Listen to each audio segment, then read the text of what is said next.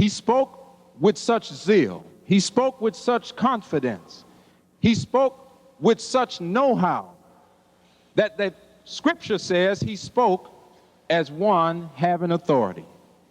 And even as he continued to speak, the chief priests and the teachers amongst the people wanted to know from him, by what authority, not do you say these things, but by what authority do you do these things? See, he was doing more than talking. He was doing more than just fat-lipping, but he was getting out doing something about what he said. And they knew that they could not refute what they had seen. They knew that they could not say that he had no authority. They bared witness that he had authority, but they wanted to know by what authority was he doing the things that he was doing. This is the kind of question that is coming before the Honorable Louis Farrakhan today. They are not saying that he has no authority to do what he's doing. They're not saying that he has no authority to say what he's saying, but they're asking the question, by what authority is he doing these things? By what authority is he saying these things? And I can only remember that the words that the Honorable Louis Farrakhan said back in the year of our Lord 1978, which attracted me to the Nation of Islam, was when he was over in the East and they were trying to challenge him and splitting hairs over, does he practice this in Islam and does he practice that in Islam? And he told them, yes, I follow the pillars of the faith. Yes, I am a righteous man. No, I do not steal. No, I do not kill. No, I do not commit adultery. Yes, I am a good man, but if I am not working for the liberation of my people, I am good for nothing, and I would rather be caught eating a pork chop, he said, and be about the liberation of my people than to sit over here with you in the East, splitting hairs over, am I practicing my religion right? That is the authority that the Honorable Louis Farrakhan speaks with. And so he has raised one, and he has taught one, and he has shaped one for us that speaks after his own heart. One that knows the integrity of this man, one now that carries the weight of the knowledge of the character of the Honorable Louis Farrakhan. And even now, when this sister speaks, you cannot contradict, you cannot refuse what comes from her mouth, from the heart of the Honorable Louis Farrakhan. And I am asking you, Chicago, Illinois, are you ready to join me in a welcome now for the administrative assistant to the Honorable Louis Farrakhan? Please join me in welcoming Minister Ava Muhammad. Assalamu alaikum.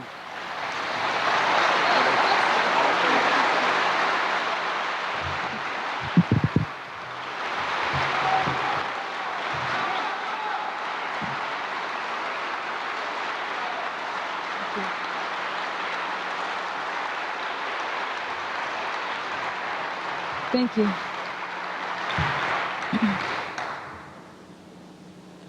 In the name of Allah, the Beneficent, the Merciful, I bear witness that there is no God but Allah, and I bear witness that Muhammad is his servant. I greet my beloved brothers and sisters in the words of peace, in the language of our fathers, of Assalamu alaikum. How are you feeling this afternoon? All praise is due to Allah, and praise certainly is wholly and completely due to Almighty God Allah, who came to us, the black men and women in America, on July 4th, 1930, in the person of Master Farad Muhammad. And we must thank him for raising in our midst a Savior. In fact, the long-awaited Christ. I am speaking of the Honorable Elijah Muhammad.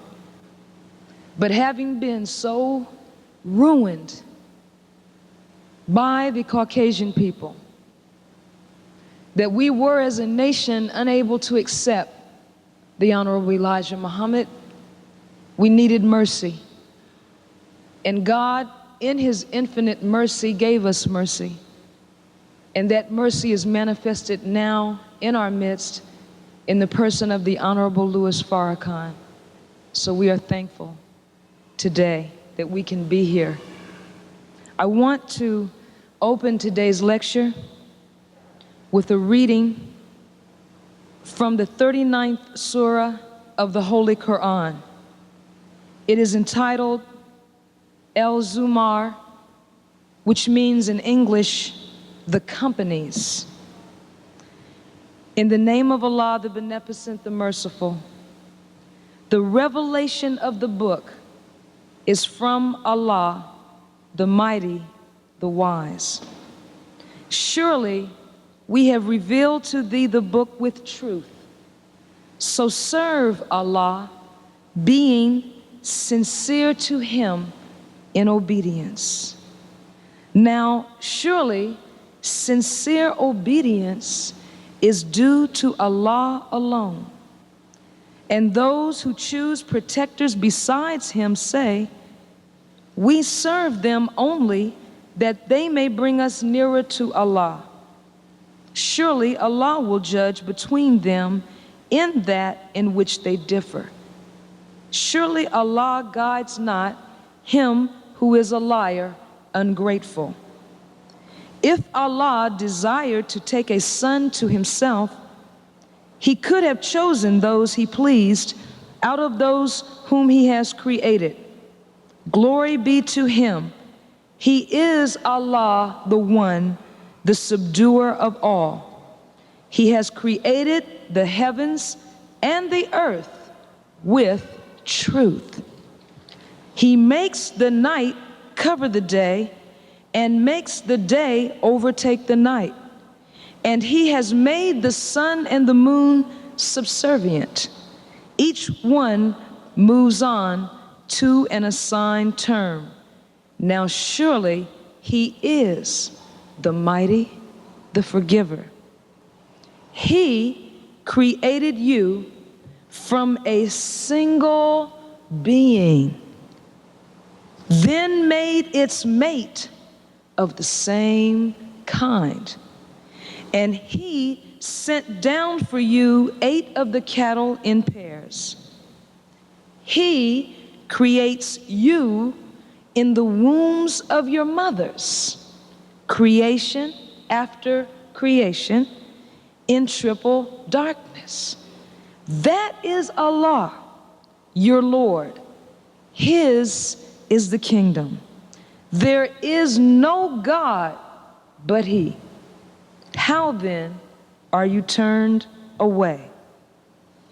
Say, I am commanded to serve Allah, being sincere to Him in obedience, and I am commanded to be of the first of those who submit.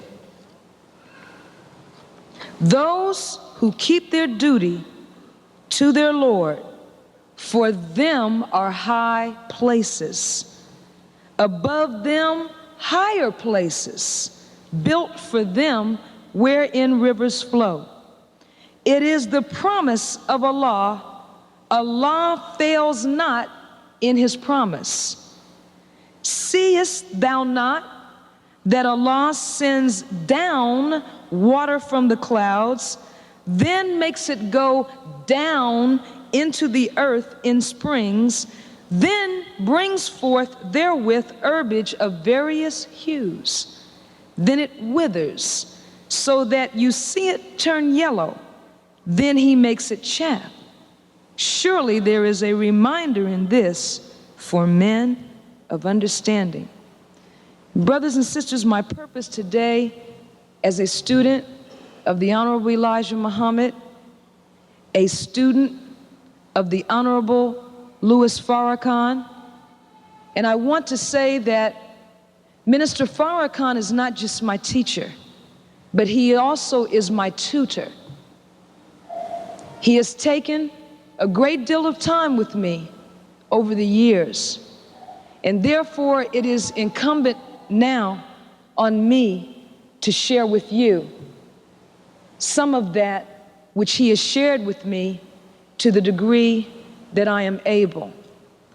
I believe that the worst offense one can commit is to be saved by Allah, God, and then refuse to use the life and the light that saved you to help others who may be in the same condition.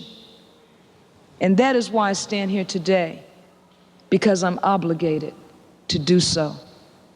I once said to my husband, he was watching me run around furiously trying to do a million things. And he said, why are you doing all those things? I said, I'm trying to pay God back. He said, I hate to disappoint you, but you can't pay God. You can't live long enough to pay God. Why don't you slow down and be rational? And what he said I find to be true in the Holy Quran. It said, reasonable obedience is desired.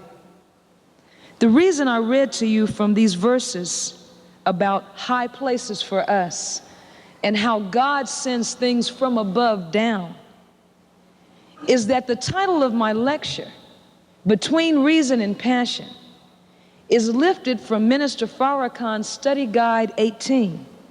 Minister Farrakhan is taking us to places where we have never been.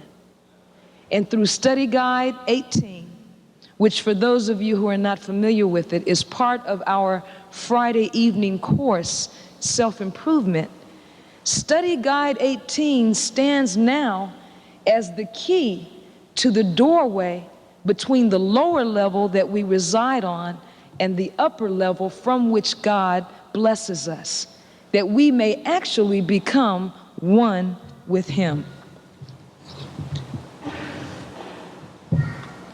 In preparation of Study Guide 18, Minister Farrakhan was giving me some notes one day, and the notes prompted a question from me. I want to read to you from the study guide the statement that he made to me that prompted the question. Then I'll share with you the question. Then I will read to you the information he gave me in response to my question.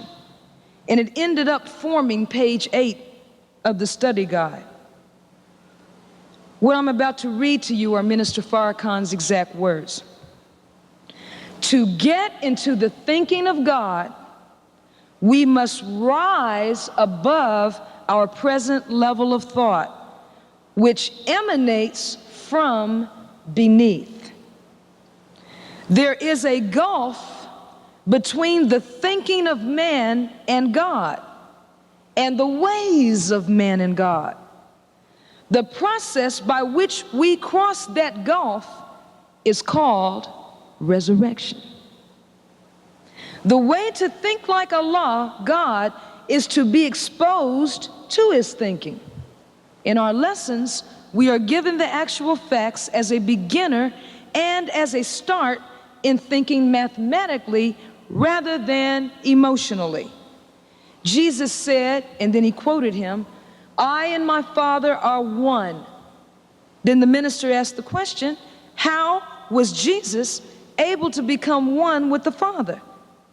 He answers, Jesus was born of a woman and came through the vicissitudes of life. In time, through obedience, he became an interpreter of God's will. You cannot serve as the interpreter of the will of God unless you know God and what He thinks and what gave rise to His thoughts. And we cannot get up into the mind of God except by His permission. When we are able to see beyond the effect to the cause that produced the effect, then our decisions are no longer emotional, they are made with precision. This does not mean we will act without feeling. In fact, we will act with intense feeling. But it means we will be in such complete control of our feelings that our decisions will be completely rational. Now, I asked the minister this question because he was saying to me that God is above emotion, and yet God experiences emotion. So I said to him, Brother Minister, in the theology of time, I read in the transcript of that speech that the Honorable Elijah Muhammad stated that Allah, God, went to war with the darkness. And I said, it seems to me that A person who goes to war is upset, angry, and even hostile. That in order to go to war, you must be emotional. This is what I said to him. And I said, so wasn't God emotional at the beginning? Going to war, rumbling with the darkness? He said, no, sister. And his answer became what I'm going to read to you from the study guide. In the theology of time, the Honorable Elijah Muhammad stated that Allah, God, went to war with darkness, using sunlight to manifest all that the darkness was hiding. It is evident that he had an intense dislike for the darkness, and that intense dislike was manifested in the fact that though we were once in complete darkness, we are now in a universe of light. In going to war, God was not acting irrationally. He made a rational judgment based upon his idea of what he wanted in terms of a universe. Now look at it, brothers and sisters. God didn't just willy-nilly jump up and start fighting with the dark. He formulated in his mind, in a rational pattern, an idea of what he wanted. And I'm using that to get to a point in this lecture later on about you and I in our individual lives. Because our path to success is the same path that the originator followed. We think so little of ourselves that in searching for some means to find happiness and success, we look to Oprah Winfrey and Geraldo Rivera and Back to Eden and Scheherazade Ali and all kinds of distorted minds seeking answers to our problem when the solution is with the Creator. Now, how do we get to where he is? By going the way he went. Now look at how the minister walked me through this. And now it's in print for you to walk through it. He said he made a rational judgment. That means he used what? Reason. This is a black man that we're speaking of. You know, the originator, the God who created himself from the material that he was surrounded with. He used the environment. And so the first being that came out of that darkness was a black man. Now, he made a rational judgment based upon his idea of what he wanted in terms of a universe. That idea stimulated an intense dislike for the darkness. Why? Why means for what reason? He didn't just dislike dark. He had a reason. You know why he didn't like the darkness? Because it stood in the way of his idea. So you know what he did with it? He got rid of it. That's a message for you, black people. When something is in your way, get rid of it. Now today, all praise is due to Allah.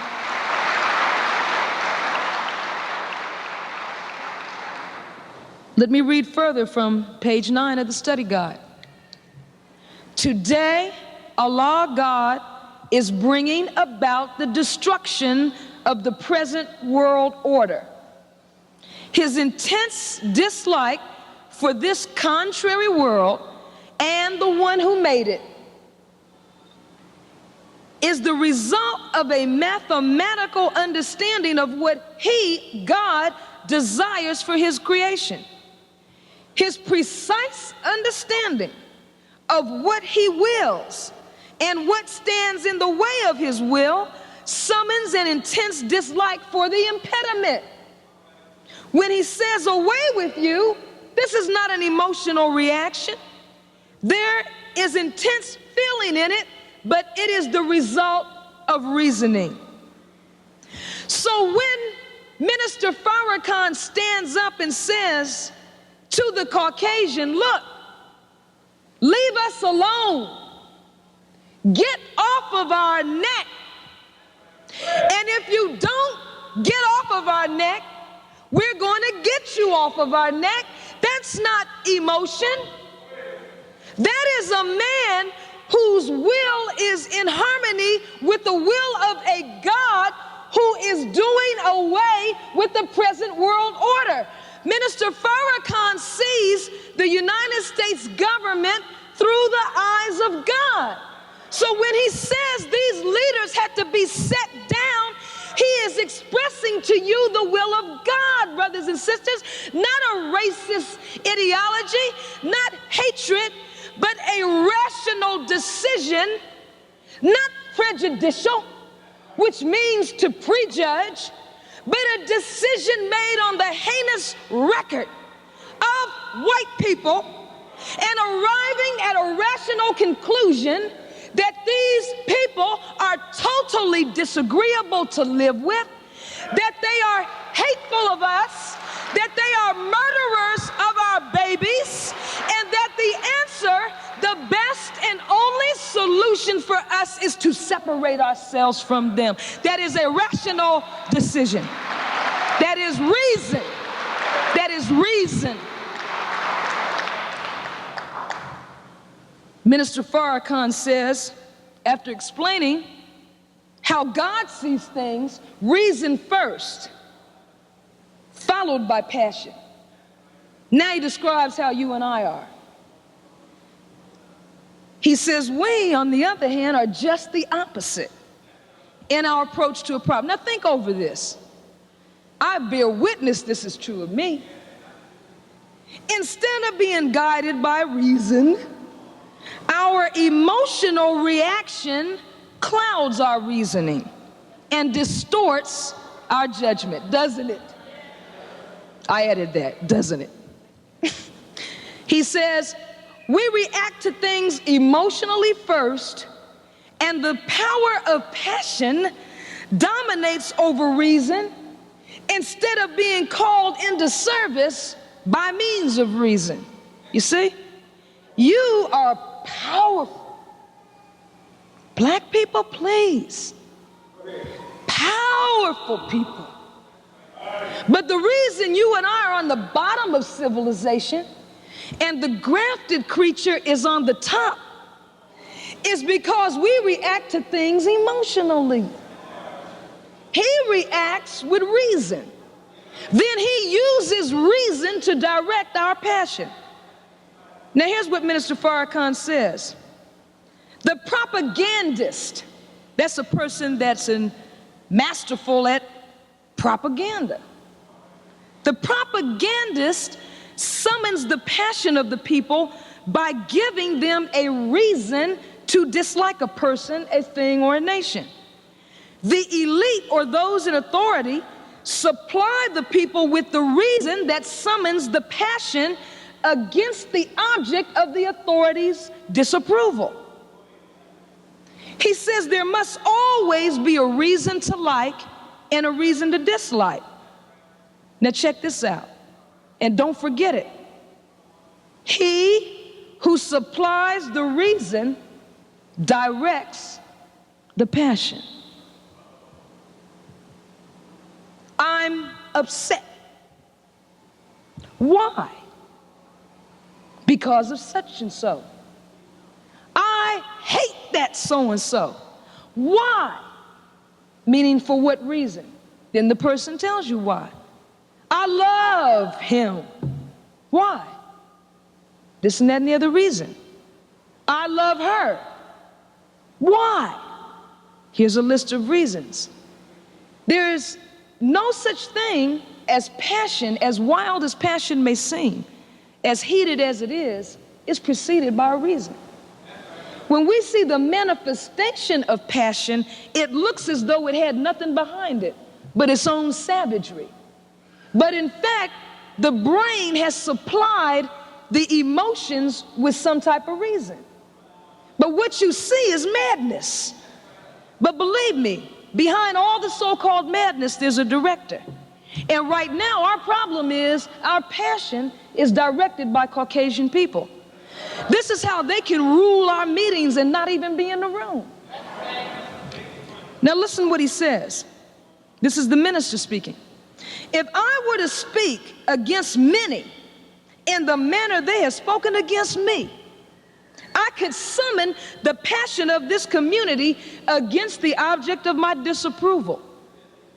Now you'd be amazed at the number of people in this country who would rise up at a nod by the minister. You'd be amazed. You would be amazed.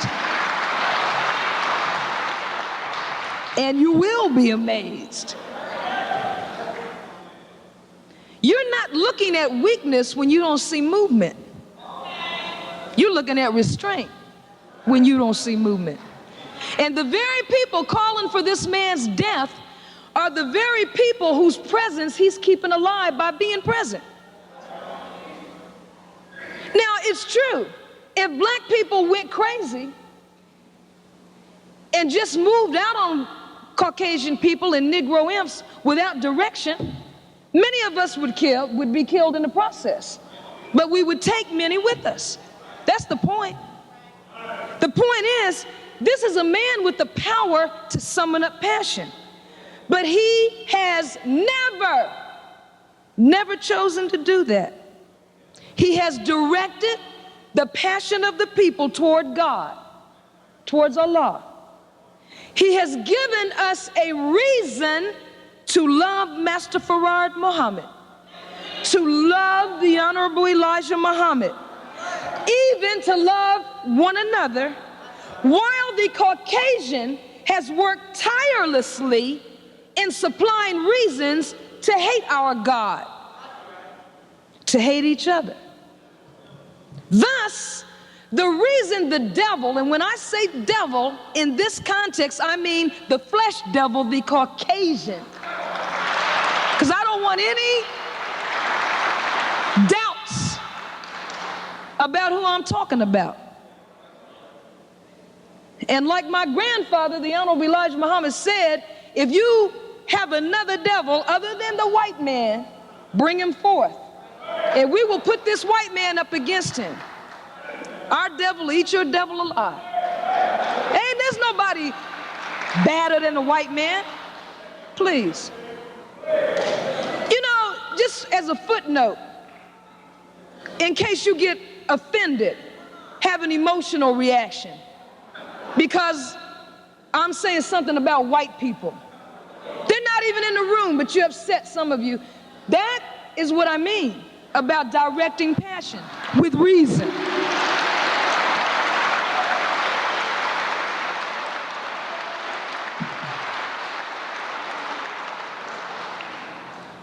Give you an example of a devil. American University in Washington, D.C., one of the great citadels of education in America. Though to be great in America, I don't know what that says, since they're 26 in literacy in the world. But for what it's worth, this is one of the top higher education level schools in the nation. The president of American University, the president, was recently convicted of making obscene sexual telephone calls. Now, I'm just getting started on what this man did. That should be, I mean, that's bad enough, right? That's enough to make you get up and walk out of here. I'm just getting started. I'm showing you the freakishness of white people.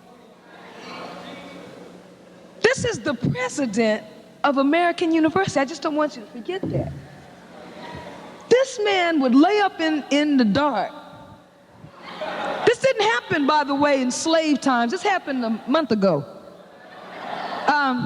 Because it's unreal, but it's very real. He laid up in the dark or wherever and would actually go through the want ads in the newspapers. Want ads that families put in the paper seeking child care for little children. He is the father of 2 young teenage daughters himself. He would answer these ads and offer an exchange of children for sex. He would speak into people's answering machines. That's how he got caught. This one white couple tracked him down, but he left a message on their answering service, not one, but many, describing, are you ready for this? Describing the physical attributes of his own 13-year-old daughter, and offering to have an exchange with the family that needed a babysitter, with a whole mixture of them and their children and him and his wife and children. That was his daily practice. But this is one of the leading educators of the government that you love so much. And when I say you, I don't mean you individually, but I do feel a presence. And I'm just addressing, it may just be 1 or 2 people, but it's here. And I just wanted to quell it.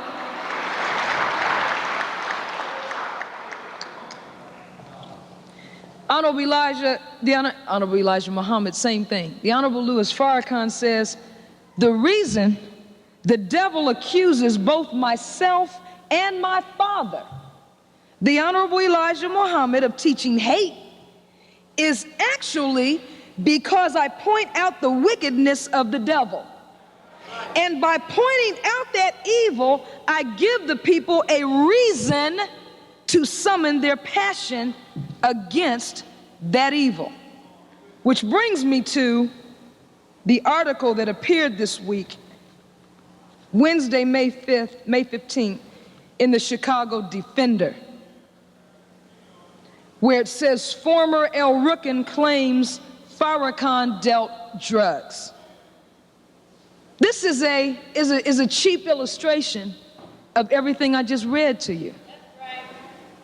Nation of Islam leader Louis Farrakhan has dealt in cocaine trafficking.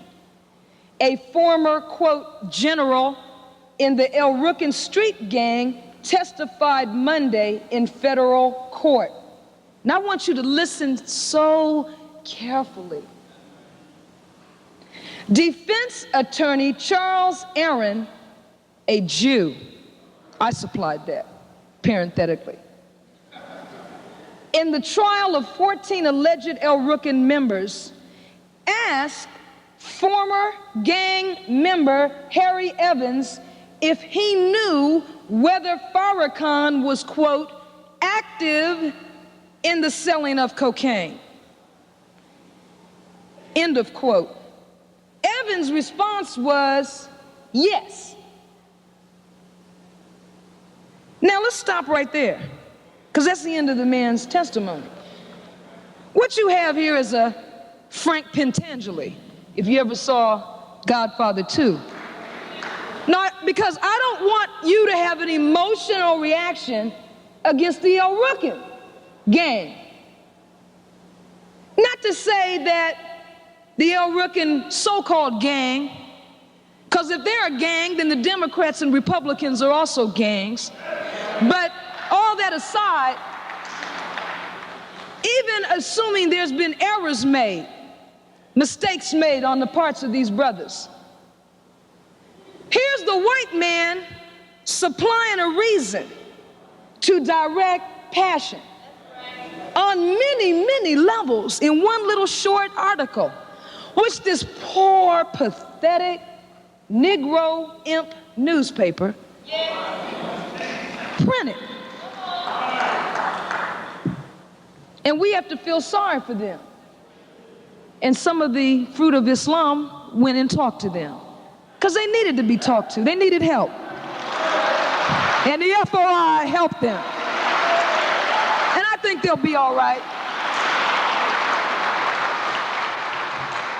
because we will continue to help them as long as they need help, until they're cured or they die from the disease. And all praise is due to Allah for the Honorable Elijah Muhammad and Minister Farrakhan. But I want you to follow this, because I'm a lawyer. I was once a prosecutor. I used to put white people in jail for bothering us. I was in a courtroom with a black judge. We were locking up Italians for bothering black people, and they split us up. So I left. Then I went into defense work for a little while. Now I'm in serious defense work, where it really makes a difference. But I want you to listen to this. You got a Frank Pentangeli. See, this man never said anything about Minister Farrakhan. The FBI said this. Minister Farrakhan did this. Minister Farrakhan did that. So he said, yeah, why not? You see, you don't have testimony. You have a witness facing serious time, under serious pressure, being led by the devil. Let me say again who I mean. The white man, the Jew. They're God's chosen people. But for what?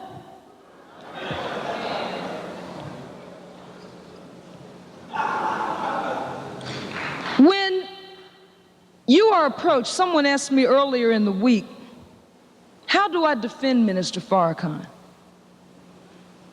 People are coming up to me saying they heard he was a drug trafficker. Now, number one, the charge is so outrageous that it can on the surface be difficult to defend. And understand, the white man calculated that. He raised a charge that is so outlandish that you who say you're with him may be bewildered by it and almost left speechless. But I say to the speechless, if you are truly walking with Minister Farrakhan or have been, there's been a change in your life, hasn't there? And if there's really been a change in your life, there's been a change in your appearance. You know, somebody walks up to you, you're a Muslim woman. If you're a woman with Minister Farrakhan, you are stronger than most men. Because most men won't even come in here. It takes a certain kind of man to walk with Minister Farrakhan. Most of these so-called militant people are scared to death to come in here unless they have a reason that they can give white people as to why they were here. But if you are a woman draped in the garb of God, when somebody asks you, does he sell drugs? Say, wait a minute, let's have a reality check. Look at me. Do I look like I follow a drug dealer? Would a drug dealer produce this?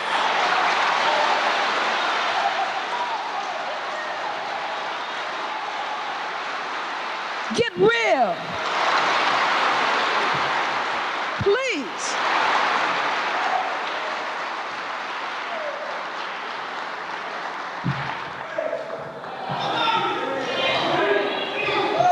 Look at these brothers.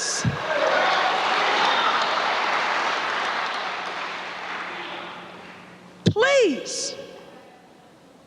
Why would a man who is exhorting you to life try to sell you death? You know, sometimes we're just psychotic.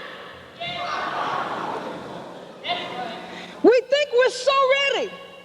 And the cheapest little trick the devil comes with, we fall already. This is nothing to defend against. Your presence is a defense against this. Let me tell you something.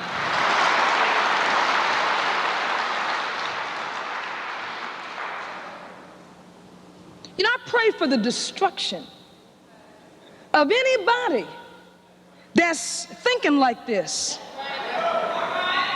I really do. When I met Minister Farrakhan, And I didn't meet him physically for 2 years until after I'd been in the Nation of Islam for 2 years before I actually met him to shake his hand. To show you this is not a physical thing. This is a spiritual phenomenon, the curing process. I was on chemotherapy, poison.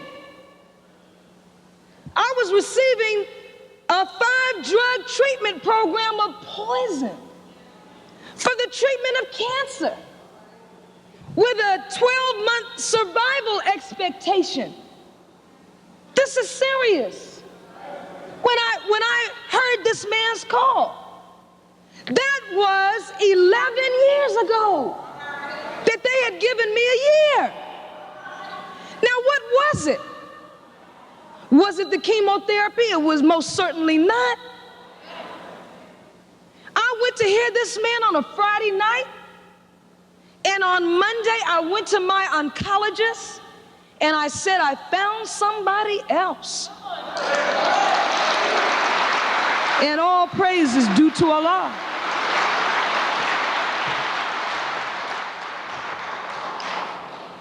In the beginning was the Word, and the Word indeed became flesh. There are people in this room that can testify. That's right. And those of you who can testify, it's time for you to get up and do that. This man is not guilty of what these beasts level against him. And it is not for him to defend. It is for us who were in death and came to life under the light of his word.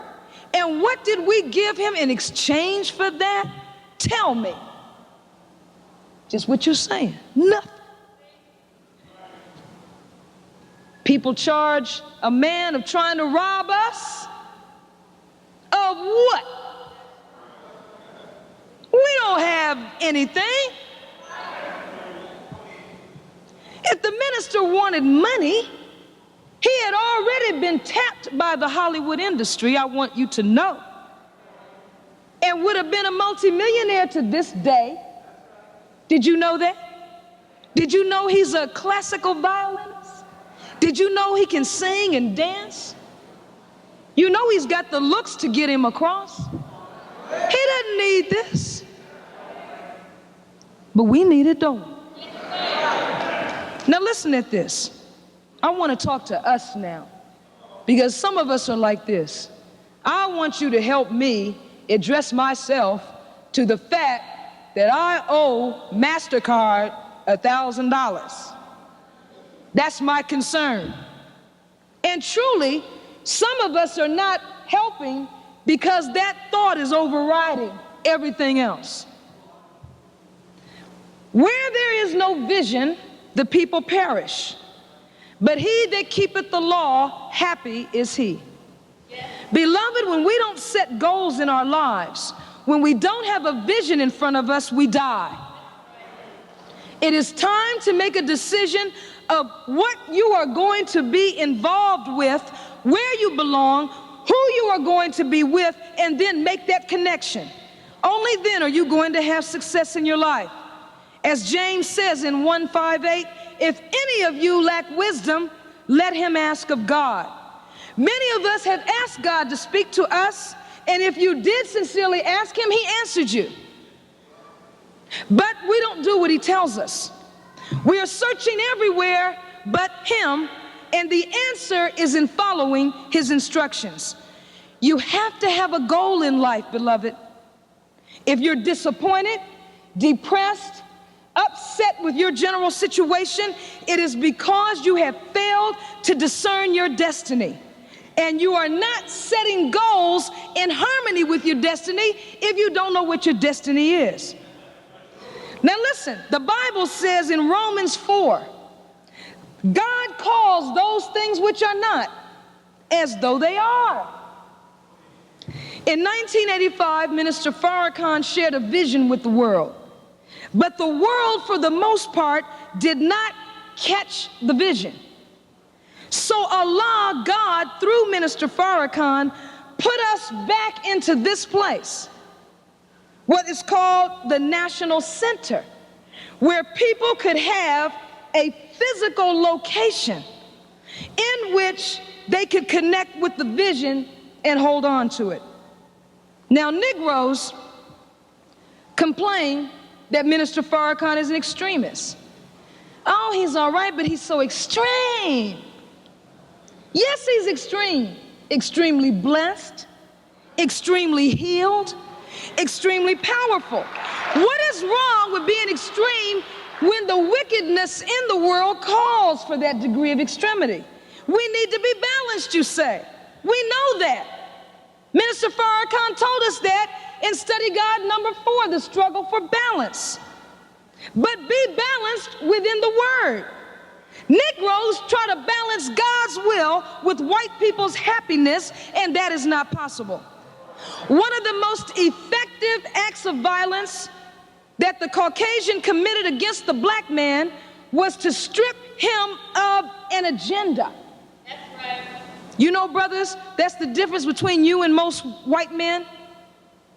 Most white men and most black men, that's the difference.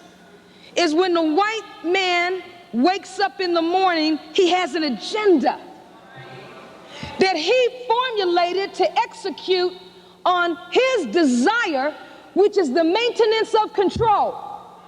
So everything he does is a corollary to his control. Even to the way he entertains his children and dresses his women, all of it is about his agenda. The black man was stripped of an agenda by the Caucasian. And I want you to know there's no difference from the gutter of the ghetto all the way to the White House. The wino in the gutter, you can look at him and say, poor wino, he doesn't have an agenda. Poor crack smoker, he doesn't have an agenda. But you can go right up in the White House and say, poor Colin Powell, he doesn't have an agenda. He's executing on Bush's agenda. Without a goal in life, we're dead. That's why the Honorable Elijah Muhammad called us blind, deaf, dumb, and said we were spiritually dead, financially dead. And even at the age of 24, with the homicide rate, we are now physically dead. It is having a goal that gives you the energy and the drive to push through obstacles that are in your path. And that's why the Honorable Elijah Muhammad says, study the way the white man does business. See, because he always has a goal.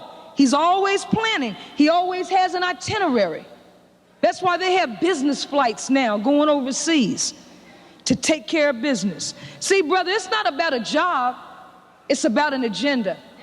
And don't let anybody ever make any of you, brothers and sisters, feel bad because you don't have a degree.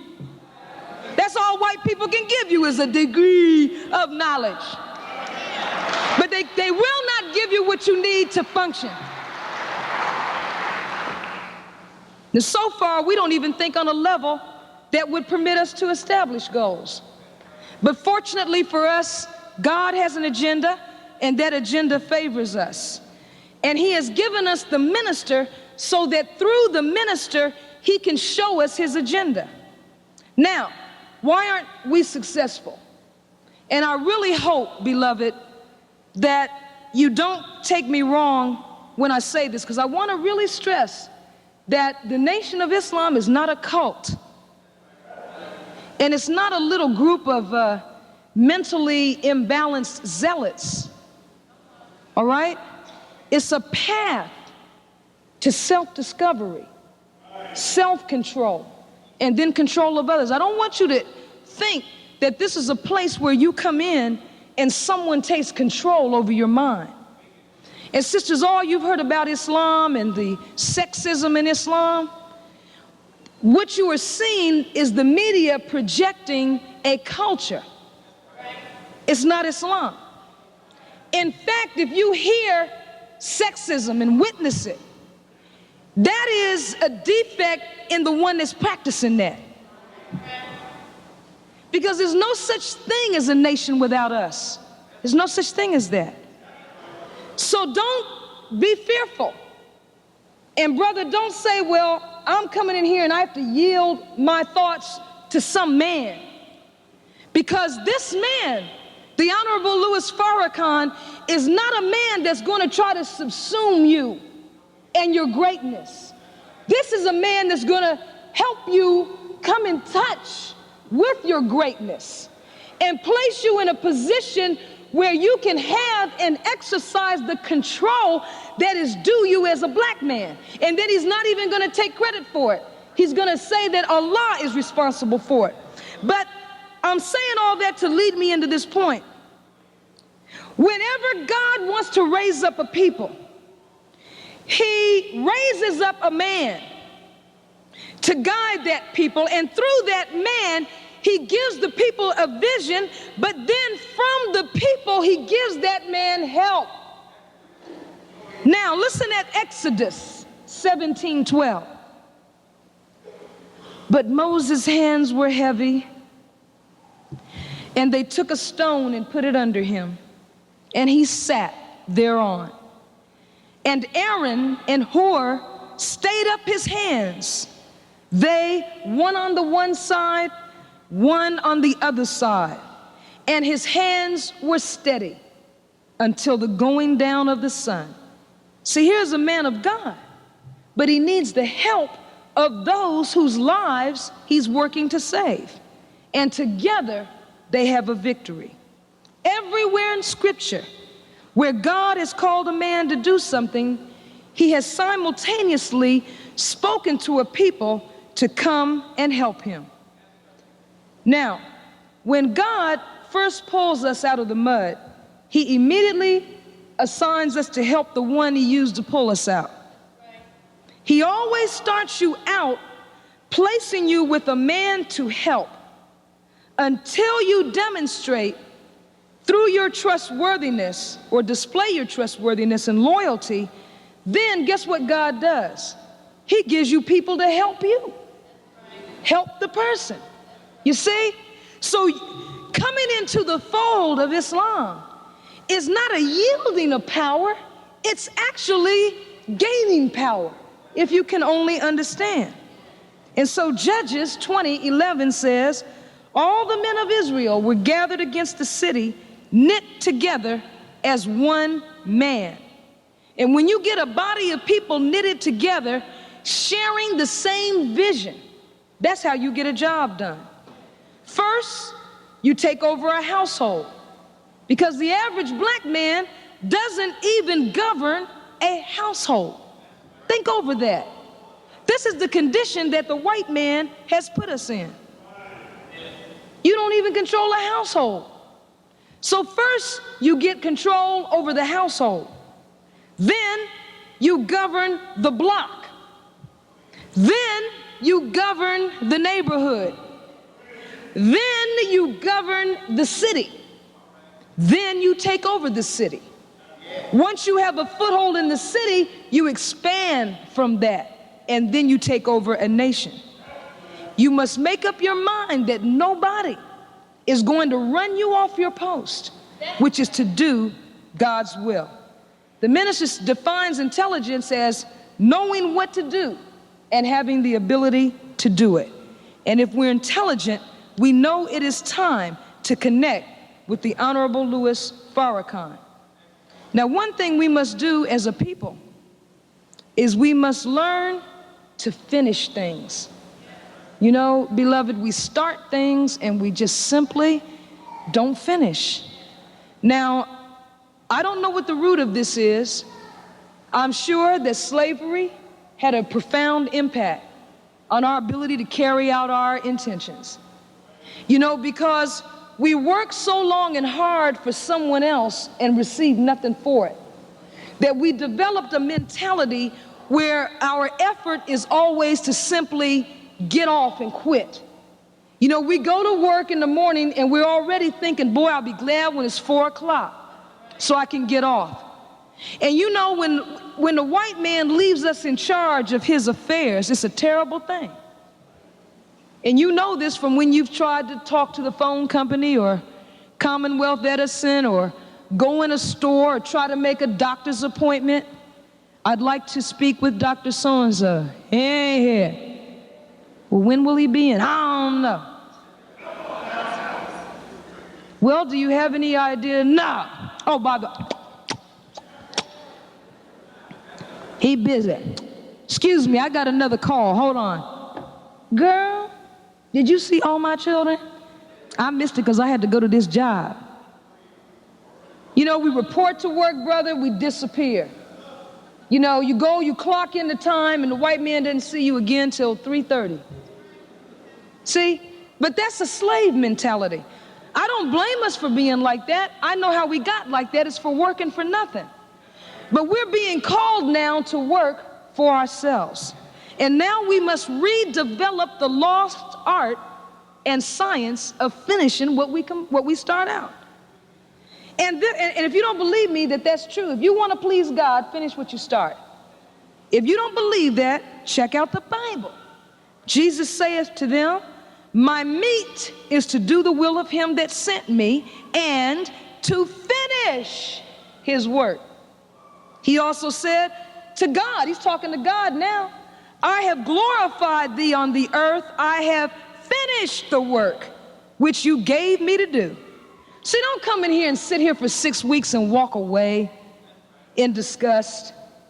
Don't work out plans with people and then go in another direction and leave people hanging. You know, we have a terrible habit of telling people we will be someplace. Then we don't even call and say we're not coming. Is that correct? I know it. And you know what we do? The person will see us 5-6 days later. What happened to you, man? Oh, man, I got hung up. I figured you knew something happened. Yeah, obviously, when the thing was over and you never came, I knew you weren't coming. But we have to learn to complete things, because in doing that, we will rebuild the trust that we have lost in one another. We start school and we drop out. We start a relationship and we drop out. Some of us, we can't even stay married. Marry this one, then we marry that one, then we drop out. We make a baby. We don't even stay around to raise the baby. You see, we must learn to complete things. We're in the middle of a spiritual war. That's what I'm getting to. I'm trying to tap the brain to alert you to certain pitfalls that will turn you away from battle in the heat of passion. All right? So you can't give up in the middle of a spiritual war. You have to hold fast. Now, I want to get down to the last and final segment of this talk and leave the physical and go back to the spiritual and spend a moment, hopefully, residing in the mental and spiritual realm where Minister Farrakhan resides all the time. And this is why we've become so troublesome for him. Because when he communicates with us, he has to leave a higher level of thought to deal with what is more of a carnal level in order to function with us.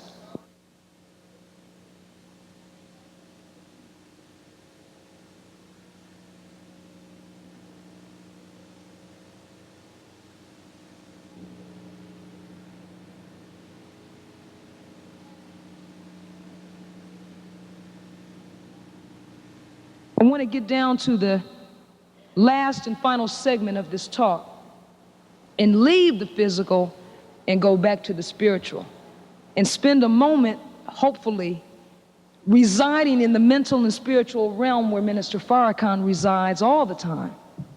And this is why we've become so troublesome for him.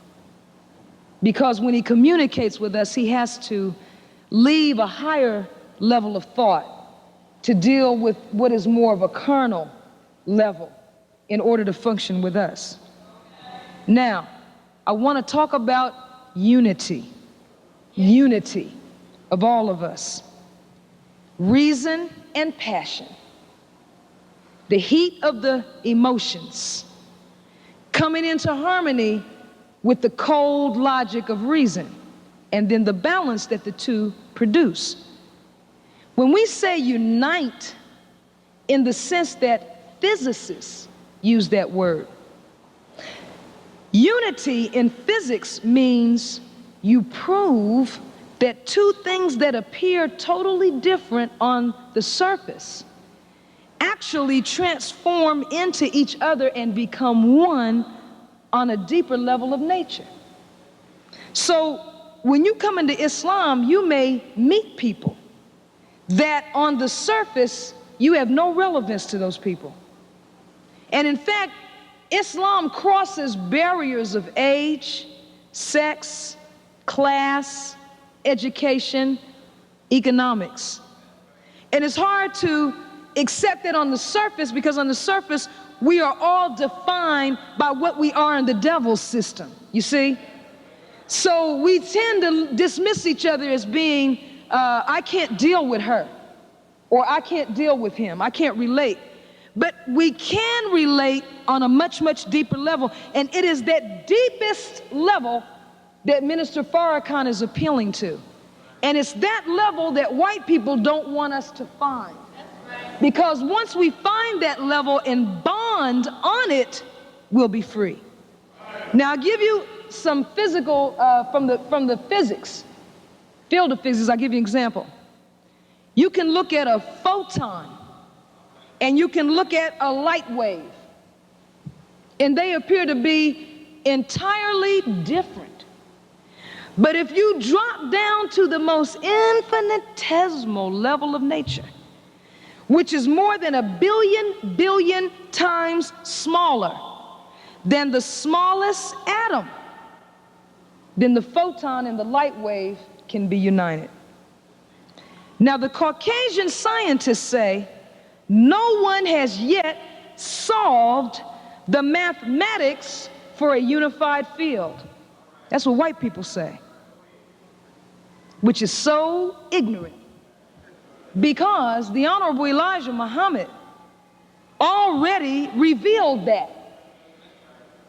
And Minister Farrakhan is now unraveling the why behind the what. Now, let's look at this thing for a second. Let me use the example of how the mathematical basis for unity has already been solved. This is from the sayings of the Honorable Elijah Muhammad. God, the unit one, because that's God's name. That's his mathematical name. Did you know that? His name is one. He's number one. He's absolute. He's first, last, and always. There's no number that doesn't have one in it. So God is the unit one. That's what the Honorable Elijah Muhammad refers to him as.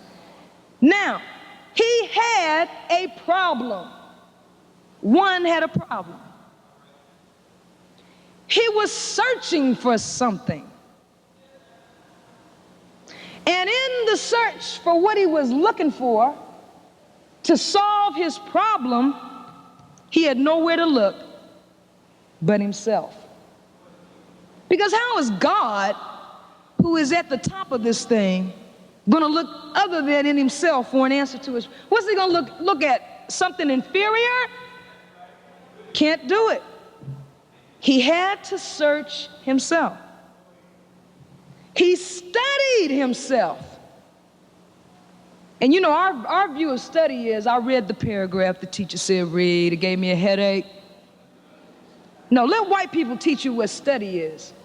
Study is when you go 20,000 leagues under the sea with a camera and risk your life to film a squid mating with another squid. That's study. Now, he studied himself. And from himself, he produced woman. He found And she solved the problem of his search for another man.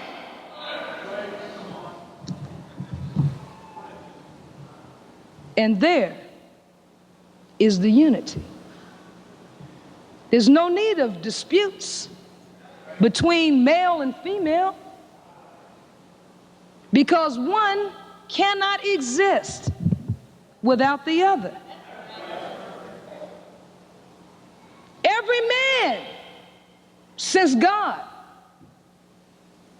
who has a brain, his brain formed while he was in the womb of the woman. The brain of God, because we say from the lessons that the original man is the Asiatic black man. The maker, the owner, the cream of the planet Earth, the God of the universe.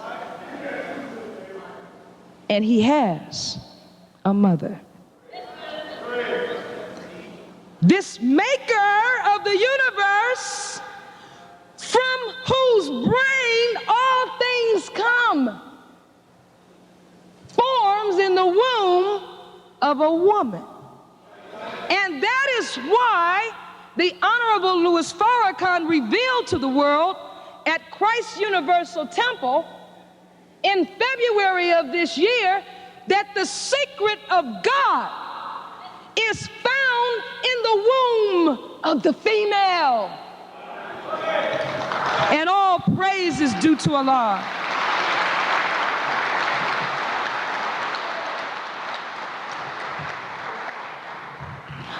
The white man, even in his ignorance, even knew enough to go after her, because he knew that through her he could lengthen his time. And that is what he has done. He is trying to color himself with a facade to give the appearance that he's a black man, because he knows, without knowing why, he knows that she's the key to his immortality. I want to read to you, and then I'm going to go back to this metaphysical exercise. I want to go back to the minister's book and read this. The Honorable Elijah Muhammad threatened me. This is Minister Farrakhan talking. And all of his ministers with expulsion from the Nation of Islam if any minister interfered with the MGT class. That's the class of the women, sisters. Muslim girls training to help us become women. He says no male member of the Nation of Islam is qualified to teach the black woman what Allah God desires for her. Now, what does that mean? First question you want to ask is, who is qualified? He was very modest in this statement, because he could have said, except myself. Why him?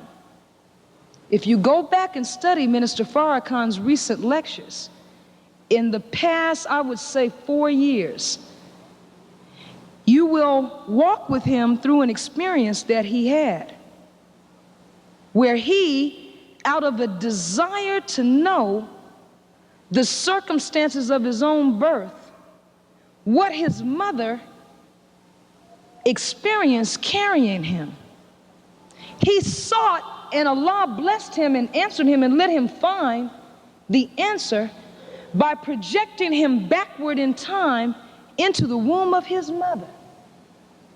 And through that experience, he was able to gain an understanding. You see? In order to understand a situation, one has to experience it in one of two ways. Either you have to physically undergo it, or you have to be so spiritually sensitive that it is as though you did physically experience it. This is what qualifies the black man and woman to rule. We don't want to rule over white people because we're dark and beautiful and they're not. We're going to rule over them because service has qualified us to rule. That's why the sun rules over the planets, and they obey it without question because it serves. Now, let me get back to this point. In the face of a problem that rational thought cannot solve, science stops and God takes over. That's my point, where white people said the unified field cannot be found. It can be found, it has been found, and it has been revealed. And these sisters and brothers are the real reasons why the government is seeking to destroy Minister Farrakhan. It's not for all those superficial reasons that they give. It's not that at all. It's for what I'm speaking of right now. It is because he's in the process of binding us on a level that they can't get to. Now, he is showing us in this study that rather than looking at time, space, matter, and energy as being out, we should look at it as being within. The Caucasians have always believed that at any given time, a person must be in one of three states of subjective awareness.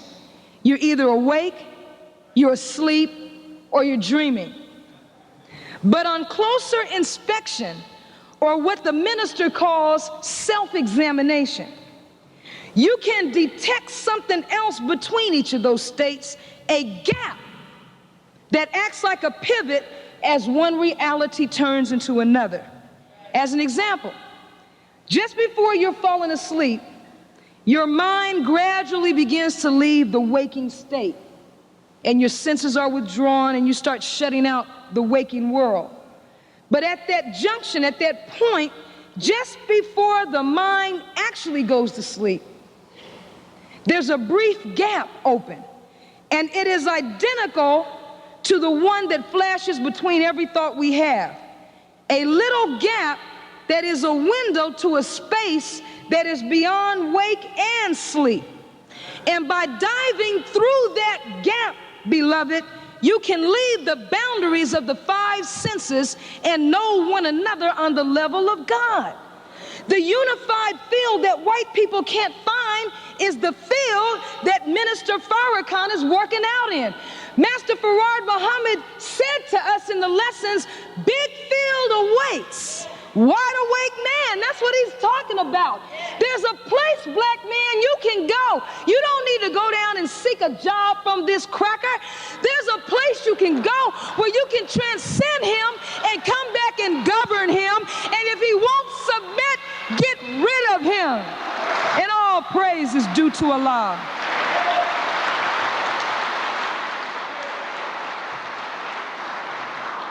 I can't finish this today because the hour is late. But I just want to say quickly that the minister's message represents an expansion of the human mind. Our brain, whose billions of neural connections give it enough complexity to mirror the universe, is important because in every one of us, beloved, our own subjectivity shines through the brain. What your brain shows you of the world is really yourself. That's why Michael Jackson's song speaks of the man in the mirror. When an image falls on a mirror, there's a blending that takes place. The mirror becomes the reflection, and the reflection becomes the mirror. And in the same way, the only reality that we can really understand is the one mirrored in the brain, and Minister Farrakhan is working out in the brain. Everything that exists for us is within our own subjectivity. An example, you can go to a doctor tomorrow morning. If you believe in doctors, and that doctor sits up and you don't even have any symptoms, I'm sorry, we did a CAT scan. You have a brain tumor. You have about 3 months to live. Don't be surprised if you have a headache after that, because the subjective and objective reality are connected. I'm saying whatever's wrong in your life, you go home to your little apartment, you don't like where you live. Where you live is a reflection of what's on your mind. You don't like where you live, start thinking on a higher level and your environment will change. Even though the objective reality, it seems so firm. Throw away objectivity as God. Allah is God. You know, you can say, I don't have any money in my pocket. That's an objective reality. But it was your moods, your feelings, your desires, your passions, your swings of emotion, what you think of yourself, that produced the nothingness that is in your pocket. The minister's a classical violinist. And I'm going to use that, a violin string, to illustrate what I'm saying and close on this. A violin string can hold one pitch, because we're talking about the conscious mind and how what you think and what you see are the same thing. That's my point. And you must stop feeling controlled by what you're looking at, because you put it there. So if it's an impediment to you, do what God did when he created the universe and banish it. Even though it seems it can't be moved, it can. You can destroy this rostrum. You can dissolve it by looking at it and willing that to be so. If you are properly concentrating and you are in submission to God. But this violin string, it holds one pitch, it can, or it can change pitch as the finger moves along it. If the string is the level of consciousness, or that basic attribute we all have, and most people don't realize how consistent their own pitch is. But other people are aware of your pitch. So when you're depressed, you radiate depression. Even if you have a forced smile. See, y'all remember through slavery we had to butt dance and grin? Even though inside we were sick? The white man made us like that. See, he keeps us all depressed. We're all down most of the time. So that depression radiates throughout the ghetto, the black community. And that's why it looks like it does. What is the difference between Evanston and 63rd Street? A mindset. White people think they're great. They think they're God. So they produce an environment that is in harmony with God in their mind. If you're hostile, you can walk in a room and set a whole room on edge. You seen people together, oh shoot, here come this nigga, oh shoot.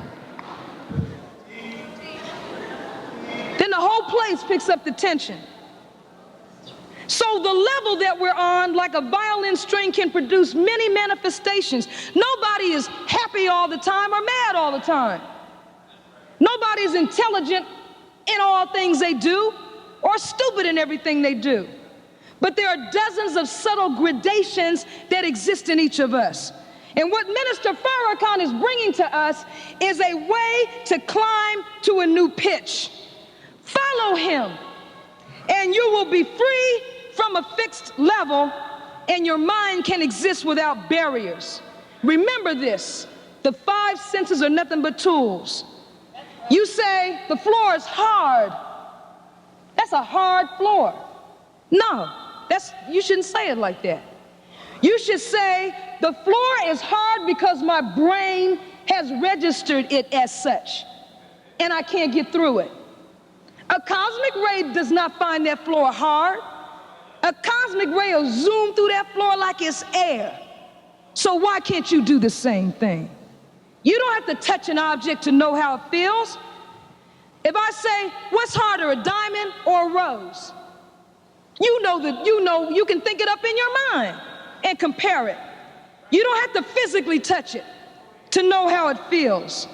That means there's a subtler level of the mind, but you know what? You can go even deeper than that.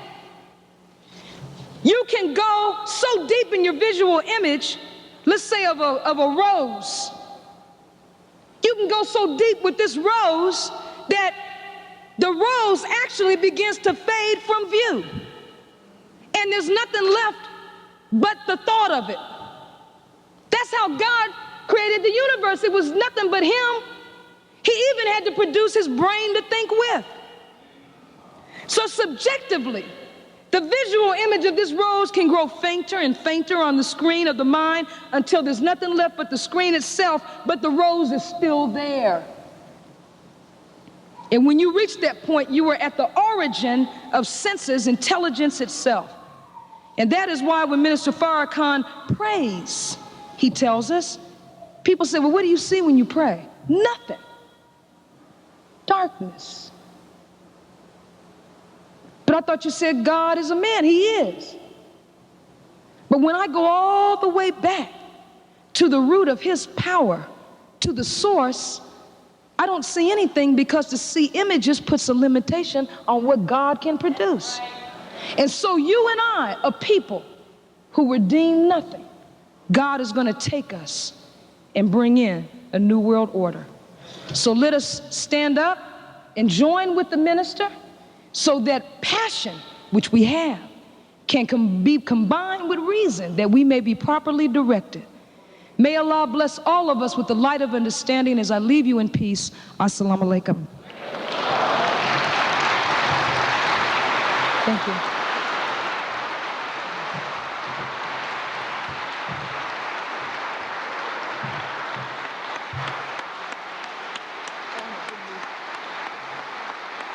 Thank you so much, brothers and sisters. Thank you. At this time, I would like to bring forward for the closing of our program, the assistant here at Mosque Mariam to Minister Louis Farrakhan, our brother, Minister Ishmael Muhammad. Thank you. Assalamu alaikum.